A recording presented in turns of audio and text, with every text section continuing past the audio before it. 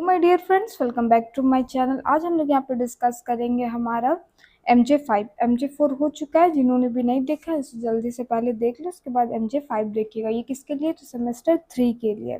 यहाँ पे हमारा पेपर का टाइटल क्या है? हिंदी नाट्य साहित्य एवं अन्य विधाएं। ठीक है, विधाएं मतलब जेनर, जिसको टाइप बोलते हैं। जैसे ये सब किसकी विधाएं? तो गद्य की है। ठीक है, गद्य की। गद्य में क्या क्या आएगा आपका? कहानी हो जाएगा, नाटक हो जाएगा, नॉवेल आ जाएगा, एकांकी आ जाएगा। ठीक है, तो ये सब क्या है? गद्य की विधाएं हैं। ठीक है, और इसके कई प्रकार हो सकते हैं। नाटक का हो सकता है वो क्या हो? दुखांत हो, या हास्य हो, या व्यंग्य हो। ठीक है, ये सब कॉमन हो गया। उसके बाद अगर हम लोग बोलेंगे कि नाटक का डेफिनेशन क्या है, तो उसमें हम लोग क्या बोलेंगे कि इसमें क्या होता है?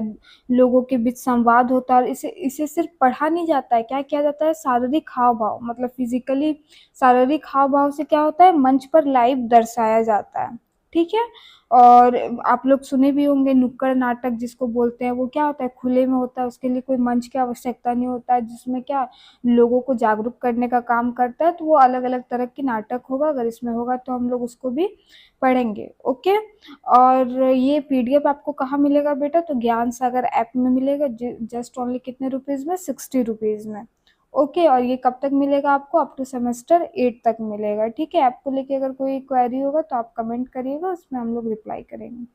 ठीक है, अब चलिए हम लोग सिलेबस की ओर जाते हैं। इसमें क्या करेंगे? सबसे पहले सिलेबस को डिस्कस करेंगे, उसके बाद कुछ इंपॉर्टेंट क्वेश्चंस देखेंगे। ठीक है, मैं वीडियो को ऑफ कर लेती हूँ। चलिए, तो आप देख सकते हैं यूनिट 1 में आपको क्या पढ़ना है। कुछ निर्धारित नाटक दिया हुआ है, उसको आपको पढ़ना है। स्कंद गुप्त पढ़ना है आपको, जो किनका है? जयशंकर प्रसाद का है। फिर भारत दूरदर्शन पढ़ना आपका किसका है? भारतेंदु हरिश्चंद्र जी का है। ओके, फिर यूनिट 2 में आपको पढ़ना है एकांकी। ओके, एकांकी देखिए, अब नाटक और एकांकी में डिफरेंस समझना बहुत इम्पोर्टेंट है। आगे इसको हम लोग देख लेंगे। ठीक है, तो देखिए आपका आपका क्या है? स्ट्राइक है, जो किनका है? भुवनेश्वर का है। माँ फिर किसका है? विष्णु प्रभाकर जी का है। फिर दीपदान किनका? डॉक्टर राजकुमार वर्मा का है। फिर एक बेचैन आवाज किसका है? सिद्धनाथ कुमार का है। ठीक है, उसके बाद आपको क्या पढ़ना है? निबंध पढ़ना है। ये सब किस क्या है? गद्य की ही विधाएं हैं। ठीक है, यूनिट 3 में आपको पढ़ना है नाखून क्यों बढ़ते हैं। ठीक है, निबंध है हजारी प्रसाद द्विवेदी का। फिर सच्ची वीरता है, जो किसका है? सरदार पूर्ण सिंह जी का। फिर गेहूं और गुलाब का है? राम वृक्ष बेनीपुरी का है। फिर संस्कृति और सौंदर्य है? नामवर सिंह का है। ठीक है, अब चलिए हम लोग नाटक और एकांकी में थोड़ा डिफरेंस समझ लेते हैं। हो सकता है आपका शॉर्ट 5 नंबर के क्वेश्चन में आपका आ जाए। ओके, देखिए, तो नाटक और गाइस, देखिए मेरी मम्मी ये सब बोलिए, प्रणाम आंटी। हमको डिस्टर्ब कर रही है। Sorry guys for interrupt. चलिए, तो नाटक और एकांकी में हम लोग डिफरेंस समझते हैं। ठीक है, सबसे पहले बात, नाटक को हम लोग समझते हैं किससे? ठीक है, तो जैसे कि आपने मूवी देखा होगा जो कुछ टाइम पहले आया था, आमिर खान का। कौन सा मूवी था यार? हाँ चलिए, याद आ गया कौन सा था। तो लापता लेडीज था। ठीक है, तो आप उसमें देखते होंगे कि एक मेन कैरेक्टर दोनों हीरो हीरोइन का चलता है, उसके पीछे से वो लड़की का चलता है जो एग्रीकल्चर का पढ़ाई करती है। तो दो कहानी उसमें चलता है कि नहीं? हम बस एग्जाम्पल दे रहे हैं आपका नाटक का। ठीक है, और लेकिन एकांकी में ऐसा नहीं होता। उसमें क्या होता है? सिंगल एक्ट चलता है, किसी विचार या कोई कोई चीज को, कहानी को वो तुरंत बताता है, जो कि 20-25 मिनट का होता है, काफी होता है। और हमारा जो नाटक है उसमें ऑब्वियसली क्या होती है? पात्रों की संख्या ज्यादा होती है। पात्रों मतलब कैरेक्टर। ओके, और एकांकी में क्या होता है? बहुत कम सीमित होता है। ठीक है, ये इसका मेन डिफरेंस है। ओके, है तो दोनों ड्रामा ही टाइप्स का, लेकिन बस उसमें पात्रों की संख्या, एक्ट का संख्या, ये सब में थोड़ा कम बेसी होता है टाइमिंग का। ठीक है, चलिए, अब हम देखते हैं अपना ये से। चलिए, ठीक है, तो कायदे से तो हमको पहले सारांश बताना चाहिए, लेकिन चलिए एमसीक्यू कर लेते हैं, फिर उसके बाद वो करेंगे। इसमें ज़्यादा कुछ होगा नहीं, बस लेखक का नाम वगैरह पूछेगा, ठीक है। तो देखिए आपका क्या है पहला क्वेश्चन कि स्कंद गुप्त नाटक के लेखक कौन है? तो कौन है हमारे? जयशंकर प्रसाद जी हैं, ठीक है। फिर सेकंड में है भारत दुर्दशा, ठीक है, नाटक किसने लिखा है? तो भारतेंदु हरीशचंद्र जी ने लिखा है। थर्ड में स्कंदगुप्त नाटक का प्रमुख विषय क्या है? इसका प्रमुख विषय थीम क्या है भाई? तो राष्ट्र प्रेम और आत्म बलिदान, राष्ट्र के लिए प्रेम यानी देशभक्ति ये करना और आत्म बलिदान देना। आत्म बलिदान देने का मतलब सिर्फ जान देने को ही बलिदान नहीं कहा जाता है, ठीक है। अपने सुखों का बलिदान देना, अपने इच्छाओं का बलिदान देना, वो भी क्या कहलाएगा? आत्म बलिदान कहलाएगा, ठीक है। फोर्थ में हमारा भारत दुर्दशा में भारत माता की पीड़ा का कारण क्या बताया गया? भारत दुर्दशा किसके ये से है? तो भारत माँ की यानी भारत की क्या भूमि के बारे में, इसके पूरे ये के बारे में। तो क्या है कि अंग्रेजी शासन और सामाजिक पतन, कैसे अंग्रेज हमारे ऊपर शासन करे और कैसे सामाजिक मोरालिटी का क्या हो रहा है? पतन हो रहा है, खत्म हो रहा है, ठीक है। 5 में हमारा भुवनेश्वर द्वारा लिखित एकांकी का नाम क्या है? ठीक है, तो फिर हमारे भुवनेश्वर द्वारा लिखित एकांकी का क्या नाम है? तो स्ट्राइक। देखिए इससे ही पता चल रहा है एकांकी है तो मतलब क्या, स्ट्राइक का मतलब समझते किसी चीज पर क्या होता है, स्ट्राइक करता है वो लोग। तो ये सिंपल एक छोटा सा क्या है, घटना पर है। चलिए 6 में देखिए माँ एकांकी के लेखक कौन है? तो विष्णु प्रभाकर है। फिर दीपदान के एकांकी के किसने लिखा है? तो डॉक्टर राजकुमार वर्मा ने। डॉक्टर किसके नाम के आगे लगता है? तो जो पीएचडी किए हुए होते हैं, ठीक है, पीएचडी जो किए हुए थे, और किन्हीं किन्हीं को क्या एज अ उपाधि के रूप में उनको मिलता है बिना पीएचडी किया हुआ, ठीक है, सम्मान के रूप में। चलिए एक बेचैन आवाज एकांकी के लेखक कौन है? तो सिद्धनाथ कुमार। 9 में है भुवनेश्वर के स्ट्राइक एकांकी का मुख्य विषय क्या है? तो क्या थीम है उसका? श्रमिक वर्ग और शोषण और विद्रोह। तो श्रमिक वर्ग जो मजदूर होते हैं, किसान होते हैं, उस पर कैसा शासन हो रहा है और विद्रोह के ये में लिखे हैं। 10 में माँ एकांकी में किस भाव की प्रधानता है? तो माँ एकांकी में किसकी प्रधानता है? किस भाव की? इमोशन की। तो मातृत्व और त्याग का भाव। 11 में है दीपदान में दीपदान का प्रतीक क्या है? तो दीपदान का प्रतीक क्या है भाई? तो त्याग है, आस्था और ज्ञान का प्रकाश है। Very very important. 12 में है एक बेचैन आवाज में कौन सी समस्या प्रमुख रूप से व्यक्त की गई है? तो एक बेचैन आवाज में कौन सी समस्या है भाई? तो सामाजिक असमानता और मनुष्य की बेचैनी। सामाजिक असमानता मतलब लिंग भेद जो होता है, फिर से जाति मतभेद होता है, तो ये सब क्या है? हमारा सामाजिक असमानता है। किसी अगर वो उसके पास पैसा नहीं है, वो गरीब है, तो उसको आप बैठने के लिए ओटा भी क्या बोलते हैं उसको, ओटा ही बोलते हैं ना, वो भी नहीं दीजिएगा, और जैसे ही कोई बड़ा आदमी आएगा उसके लिए आप सोफा में उनको बैठाने के लिए तैयार हो जाइएगा। तो ये सब क्या है? सामाजिक असमानता है, जो हम लोग क्या, हम लोग घर में ही उसको देखते हैं, कहीं बाहर नहीं देखते हैं। 13 में देखिए नाखिन क्यों बढ़ते निबंध के लेखक कौन है? तो हजारी प्रसाद द्विवेदी। 14 में सच्ची वीरता निबंध के लेखक कौन है? सरदार पूर्ण सिंह। 15 में हमारा गेहूं और गुलाब निबंध किस लेखक का है? तो राम वृक्ष बेनीपुरी। 16 में है संस्कृति और सौंदर्य निबंध किसने लिखा है? तो नामवर सिंह ने। 17 में है नाखून क्यों बढ़ते हैं निबंध में किस विषय पर व्यंग्य किया गया है? देखिए आपको बताए थे आपको कि क्या होता है व्यंग्य, तो क्या है? मानव की असंवेदनशीलता और आत्ममुग्धता पर व्यंग्य करना का मतलब क्या होता है? किसी भी बात को इनडायरेक्ट कहना अलग तरीके से, जो क्या होता है, सांप भी मर जाए लाठी भी ना टूटे, ना वो अपशब्द का इस्तेमाल करेगा, ना गुस्सा करेगा, क्या करेगा, बस वो क्या, तो इनडायरेक्ट बोलेगा। और असंवेदनशील का मतलब क्या होता है कि आजकल हम लोग देख रहे हैं कि किसी के दुख में हम लोग दुखी महसूस नहीं करते हैं, किसी के सुख में हम लोग सुख महसूस नहीं करते हैं, तो उसी को बोलते हैं असंवेदनशीलता। मतलब आपको कोई फर्क नहीं पड़ रहा है, यू आर न्यूट्रल प्राणी, ठीक है। 18 में हमारा कि सच्ची वीरता में लेखक क्या है? सच्ची वीरता में वीरता का वास्तविक अर्थ क्या बताया गया है? तो यहाँ पे सच्ची वीरता में वीरता, जैसे हम लोग वीर किसको मानते हैं, जो एकदम मजबूत हो, लड़ने के लिए तत्पर हो, तो वो सबको हम लोग वीर मानेंगे, जो डर जिसको डर ना लगता होगा। लेकिन यहाँ पे इसका क्या अर्थ बताया गया है, तो प्रेम, त्याग और आत्म संयम को ही सच्ची वीरता कहा गया है। यहाँ पे वीरता किसको बोला गया, जिसके अंदर क्या हो, प्रेम हो और त्याग का भावना हो, और क्या हो, आत्म संयम हो, खुद में संयम कर सके। हम लोग क्या होता है, अपना कुछ ठिकाना नहीं रहता है, दूसरा को ये करते हैं। यहाँ वीरता का मतलब वो नहीं बताया गया कि आप एक सांप निकला, आप जस्ट लाठी लेके निकल गया मारने के लिए। एक्चुअल में तो हम लोग उसी को वीर मानते हैं कि अरे बड़ा वीर है। लेकिन यहाँ पे क्या है, जिसके अंदर प्रेम हो, त्याग का भावना हो, तो उसको वीर बताया गया है। ठीक है, चलिए 14 में हमारा गेहूं और गुलाब में गेहूं किसका प्रतीक है, तो गेहूं किसका प्रतीक है भाई, जीवन की भौतिक आवश्यकताओं का। जीवन की भौतिक आवश्यकताओं का, जो हमारा क्या है, बेसिक नीड्स में आएगा। भौतिक मतलब क्या है, जो पर्यावरण में जो उपस्थित है कि नहीं। 20 में है संस्कृति और सौंदर्य निबंध में संस्कृति की परिभाषा किस रूप में दी गई है, तो यहाँ संस्कृति की भाषा की परिभाषा कैसे दी गई है भाई, तो मानव जीवन की उत्कृष्टता और सौंदर्य के अभिव्यक्ति के रूप में। चलिए, अब हमारा नाटक से है, तो सबका हम लोग क्या करेंगे, सारांश देखेंगे। चलिए, तो स्कंदगुप्त नाटक की कथा, संरचना, उद्देश्य एवं ऐतिहासिक महत्व का विश्लेषण कीजिए। तो इसका क्या संरचना क्या है, इस नाटक को लिखने का उद्देश्य क्या रहा है, इसका ऐतिहासिक महत्व क्या रहा है, इस पे हमको बात करना है।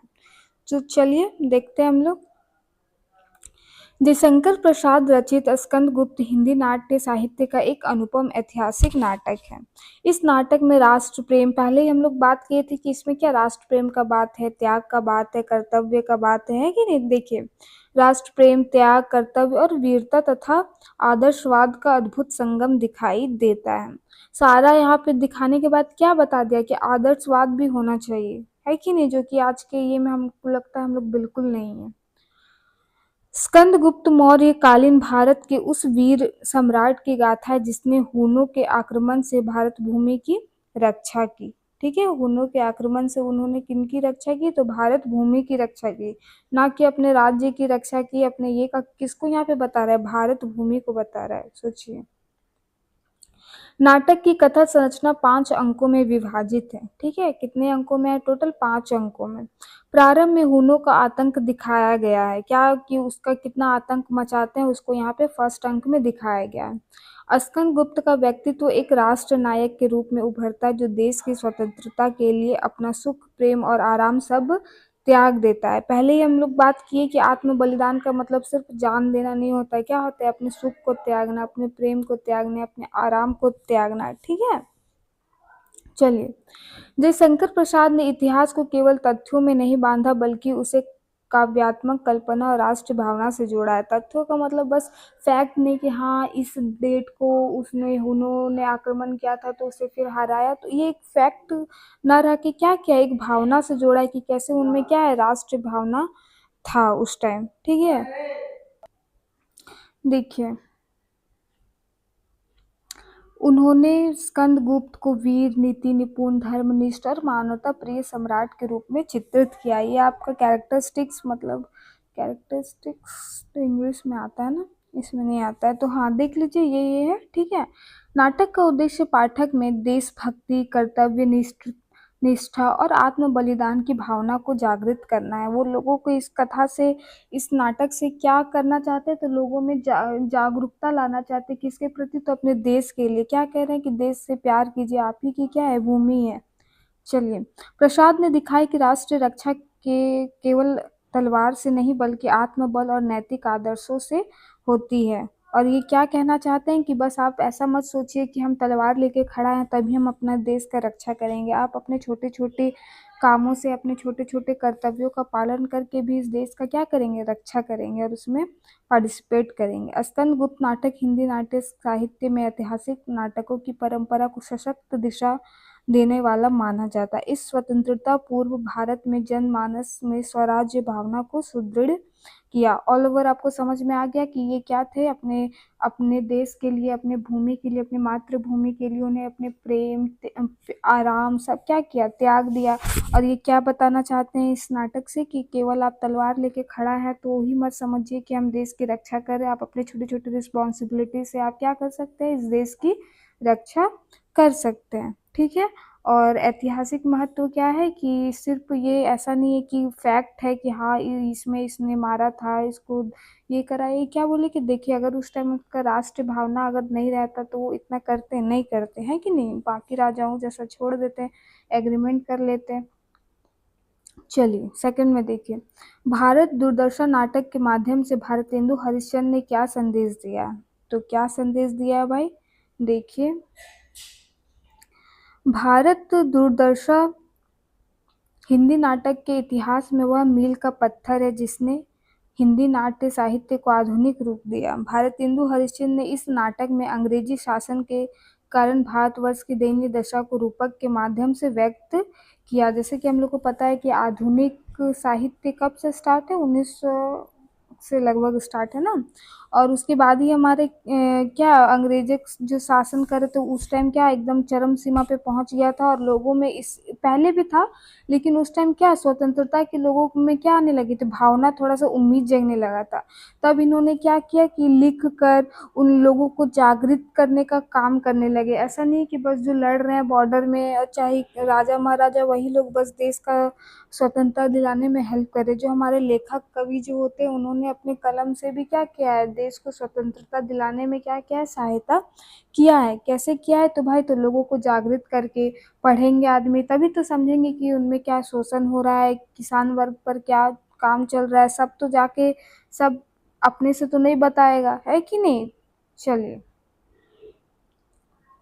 तो कहाँ पे पहुंचे थे हम लोग, हाँ, भारत माता इस नाटक के मुख्य पात्र हैं। ठीक है, भारत माता को इसमें क्या मुख्य पात्र रखा है, जो पराधीनता की बेड़ियों में जकड़ी हुई है। उनके पुत्र ब्राह्मण, क्षत्रिय, वैश्य और शूद्र सभी स्वार्थ, अज्ञान और अंधविश्वास में डूबे हुए हैं।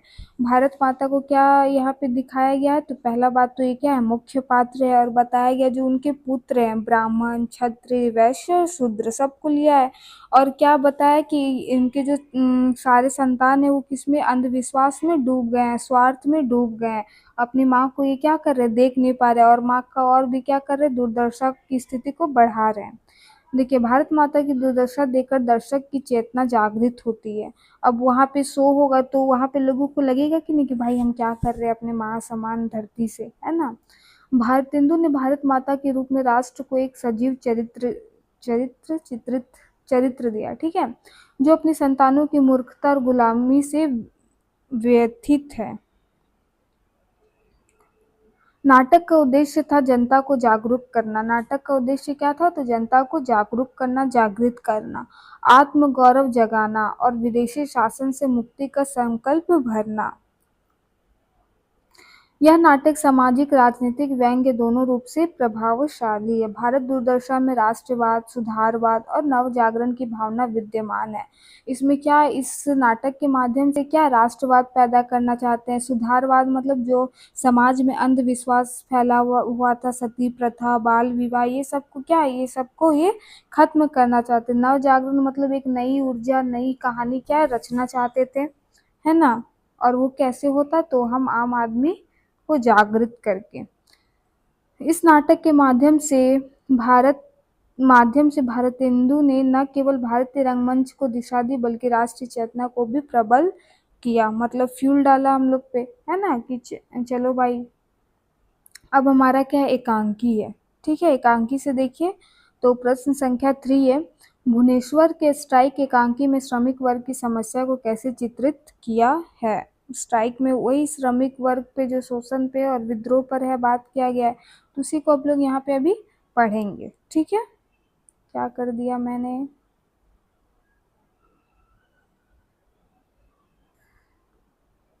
चलिए, कभी कभी लगता नहीं कि एकदम गर्मी चला गया, ठीक है, उसके बाद फिर से गर्मी लगने लगता है, वेट।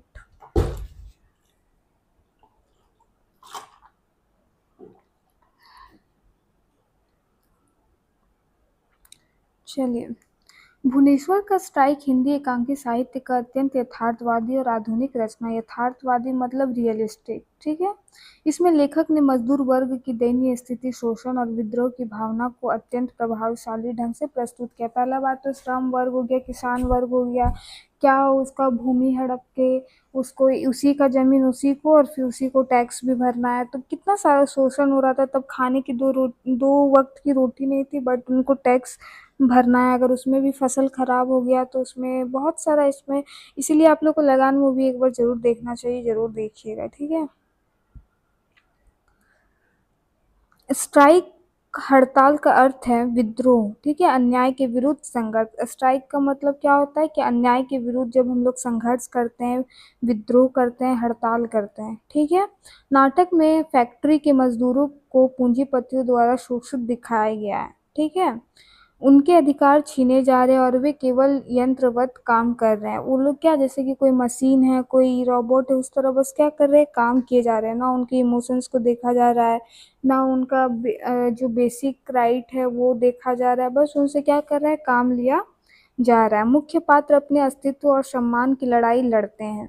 भुवनेश्वर ने दिखाया कि मजदूर वर्ग केवल पेट के लिए नहीं बल्कि अपनी असीमता के लिए भी संघर्ष करते हैं। वो बस अपना पेट रोटी कपड़ा के लिए नहीं, बस वो क्या असीमता के लिए भी संघर्ष करे। यह एकांकी पूंजीवादी व्यवस्था की क्रूरता और श्रमिक की असहायता का दस्तावेज है। लेखक ने संवादों के माध्यम से, संवादों मतलब डायलॉग, ठीक है, जो स्क्रिप्ट होता है ना, के माध्यम से तीव्र यथार्थ और करुणा को व्यक्त किया है। स्ट्राइक सामाजिक परिवर्तन की पुकार है जो न्याय, समानता और आत्मसम्मान की ओर से अग्रसर करती है। स्ट्राइक देखते हैं हम लोग को, हम डीएसपीएमयू में हैं, हम लोग को मतलब लगता है 5 दिन डेली मतलब 12 बजता था और आ जाता था। झारखंड है भाई, यहाँ पे अपना हक के लिए हम लोग को क्या होता है, लड़ना पड़ता है अपने ही हक के लिए। क्या हक भाई, तो मेरा एग्जाम ले लो, रिजल्ट निकाल दो, है कि नहीं। बड़ा गंभीर समस्या है भाई। चलो, 4 में देखो, विष्णु प्रभाकर के माँ एकांकी में मातृत्व और त्याग की भावना का वर्णन कीजिए। ये पीडीएफ कहाँ मिलेगा आपको, ज्ञान सागर ऐप में मिलेगा, ठीक है। विष्णु प्रभाकर का एकांकी मानवीय संवेदना और मातृत्व की उच्चतम भावना का प्रतीक है।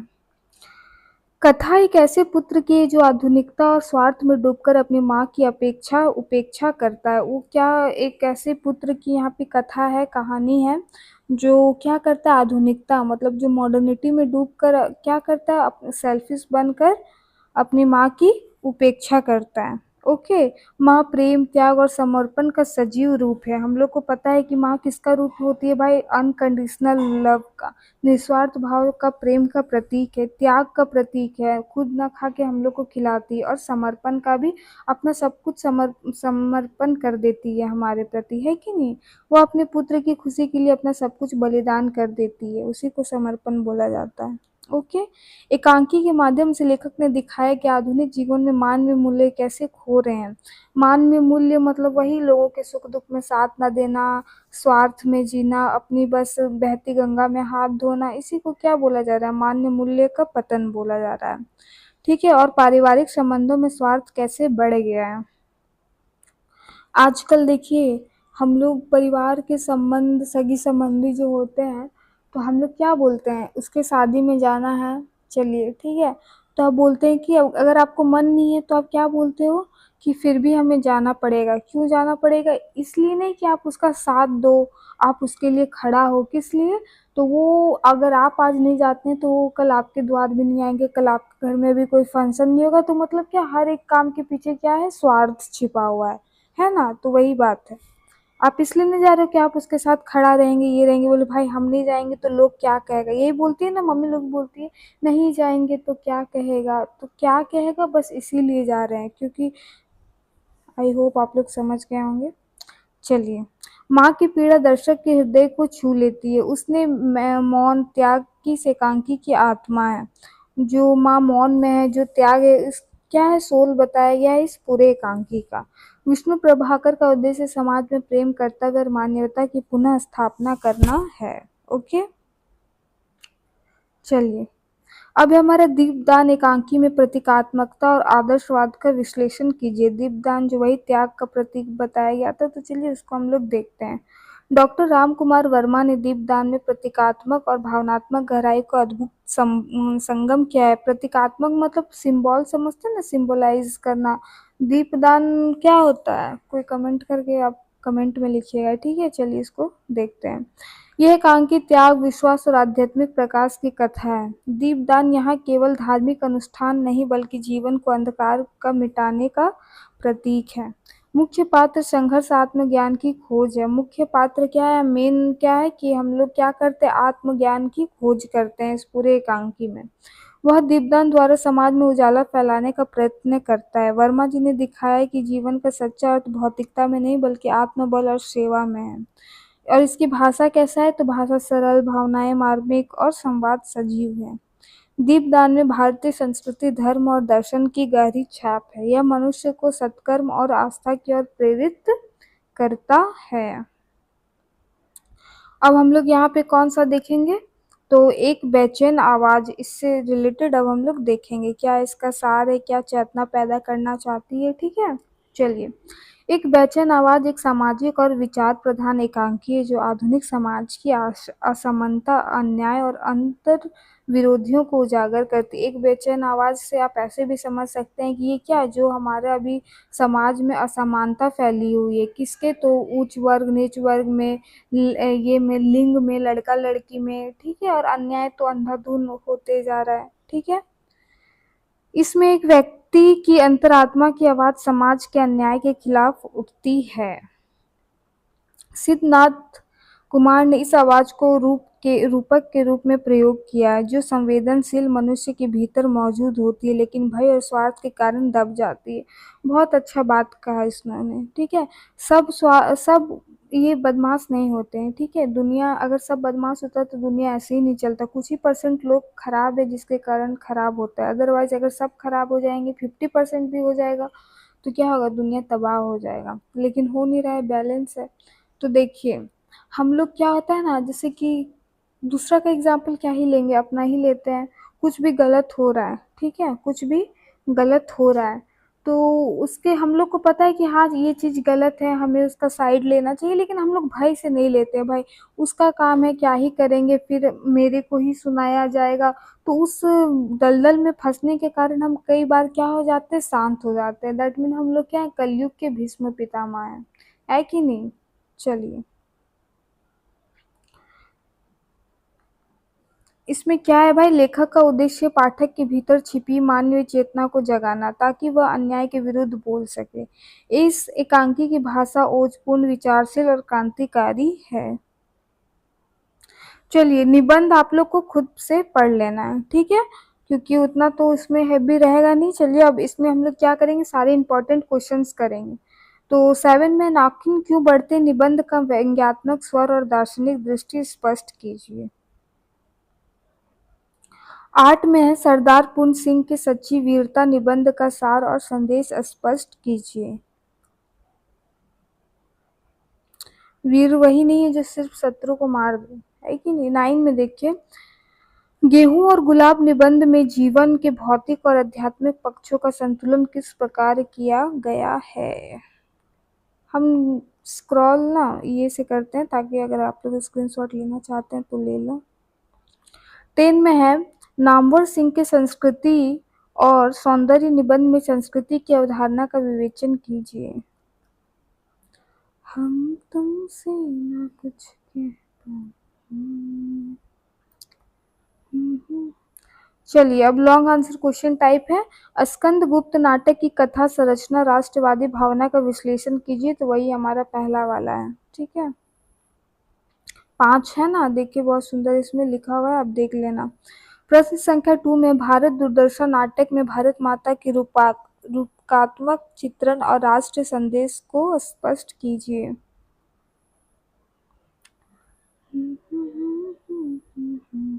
थर्ड में भुवनेश्वर के स्ट्राइक एकांकी में श्रमिक वर्ग की समस्या, यथार्थवाद का चित्रण कीजिए। कैसे वो लोग लड़ते हैं, उस पर शोषण किया जाता है, यंत्रवत काम करवाया जाता है, उसके बेसिक अधिकार जो होते हैं वो भी छीन लिए जाते हैं। यही सब लिखना है आपको, और क्या। 4 में विष्णु प्रभाकर के माँ एकांकी में मातृत्व, त्याग और आधुनिकता का संघर्ष स्पष्ट कीजिए।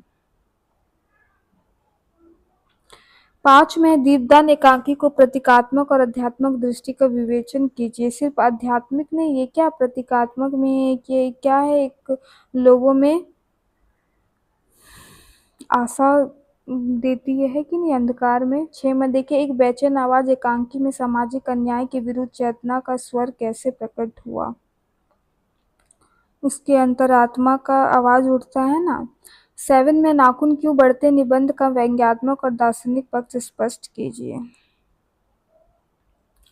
8 में सच्ची वीरता निबंध में वीरता की परिभाषा और उसका नैतिक आधार स्पष्ट कीजिए। 9 में गेहूं और गुलाब निबंध में जीवन के भौतिक और आध्यात्मिक पक्षों को सामंजस्य कैसे व्यक्त हुआ। 10 में संस्कृति और सौंदर्य निबंध में नामवर सिंह द्वारा संस्कृति की अवधारणा का विवेचन कीजिए। चलिए, इतना था आपका। आई होप वीडियो आपके लिए हेल्पफुल रहा होगा। Thank you for watching. Have a nice day. All the best for your exam.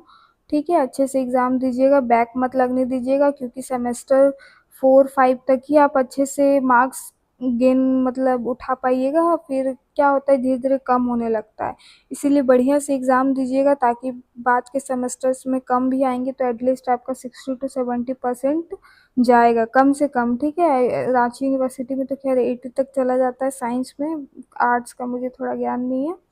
ठीक है, और ये पीडीएफ आपको कहाँ मिलेगा, ज्ञान सागर ऐप में मिलेगा। जस्ट ओनली कितना में 60 रुपीज़ में प्ले स्टोर में जाके आप इसको इंस्टॉल कर लीजिएगा। ऐप के बारे में और भी जानना होगा तो वीडियो अपलोड है, जाके देख लेना। Okay, bye.